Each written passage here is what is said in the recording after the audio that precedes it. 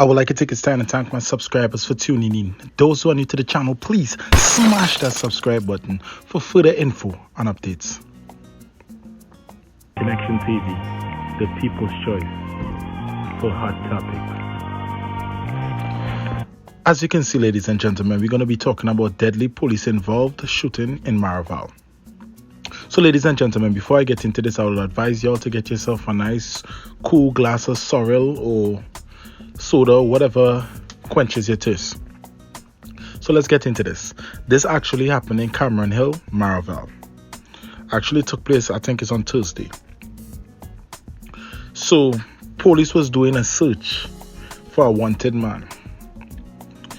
And within that search, the relatives are claiming that the police say one thing and it was not true.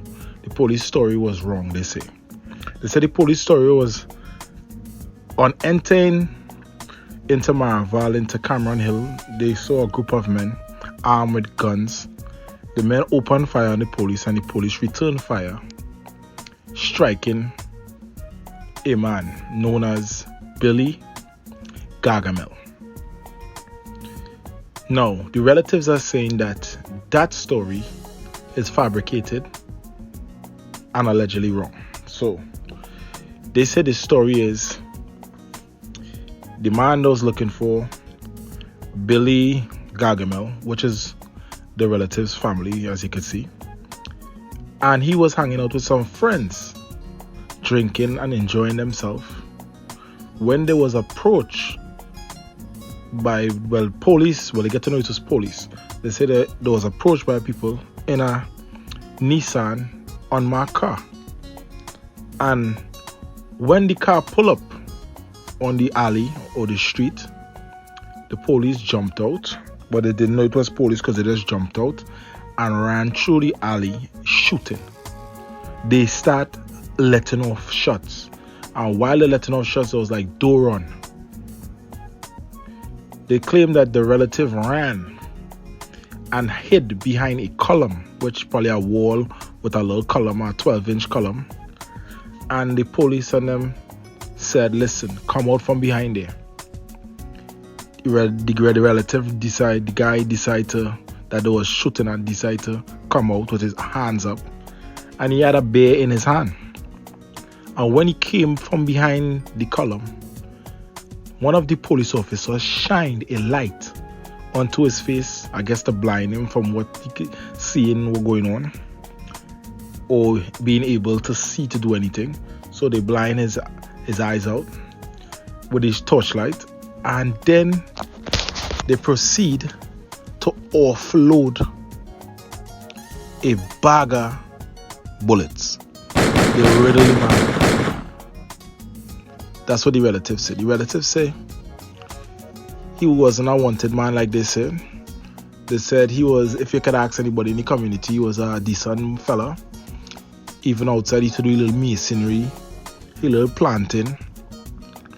And they also said that some months before he had a little incident with a police officer because the police officer claimed that the land that he was on was not his land and it was the police officer land, and the police officer made some threats to him. And upon making the threats to him, he went to the police station and make a complaint about it. And they said they have the receipt of the complaint, the statement.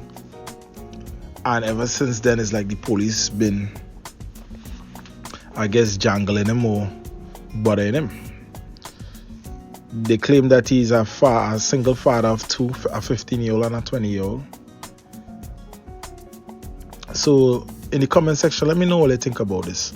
There's always two sides to our story. Most time the police story is they always get shoot upon and they exchange fire back and they take out the person. Let's find out if this is really true. Is police going around jumping out of the vehicles, firing at people without waiting to see if they're going to fire back? Because normally as a police you're supposed to fire only when you are fired upon.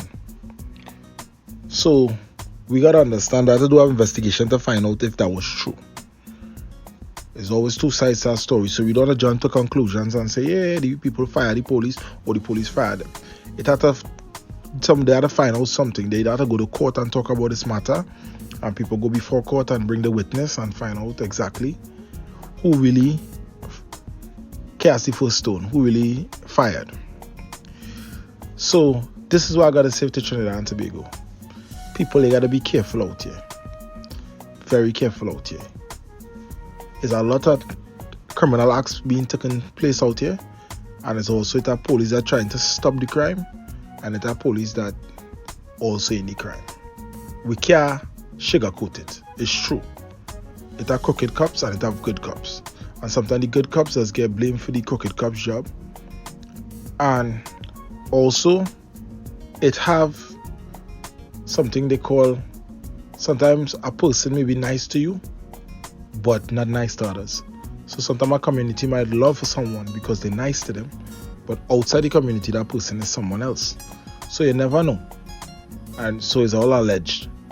So if the police and them really did what this family member said, that is wrong of them. You can't just jump out of a vehicle and fire, and you don't care who in the alleyway and just light up everybody, because it could have been an innocent woman with a child there.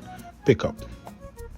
And also, people need to understand, if you're not into certain crime and thing, guess what? You shouldn't, well, I don't know, I can't tell them not to run. If it's somebody shooting at you, I have no choice but to run. So it's hard to say not to run. And then it have, also in this country, in this country, it have criminals who just dress up like police. So it's really hard. It's like the police need to either do something that people can identify that is police. Either police have to have a certain vehicle that they're always in. Because if it's unmarked vehicles, anybody could jump out with a uniform and you might think they're police, and so they wet you up. So I can't tell somebody, listen, don't run when the police stop you, because it have criminals fooling people. That's the oldest trick in the book. You dress up like a... That's why if you're in Trinidad and Tobago, we're not allowed to wear camouflage, because back in the days, people used to dress up like military soldiers, because camouflage is something you could order online. You could do all kind of things. A police uniform, you might have to go and get somebody to stitch the pants and the shirt and put the button on. But the military camouflage is like you could order that online. And it's easy to dress up like a soldier. Put on a black boots, lace it up tight, put on a black belt, a camouflage pants and a shirt and a hat, and boom, he's a soldier. So that is why Trinidad do not allow people to wear camouflage. They will take it from you. So people out here, just be careful and live the positive life, man.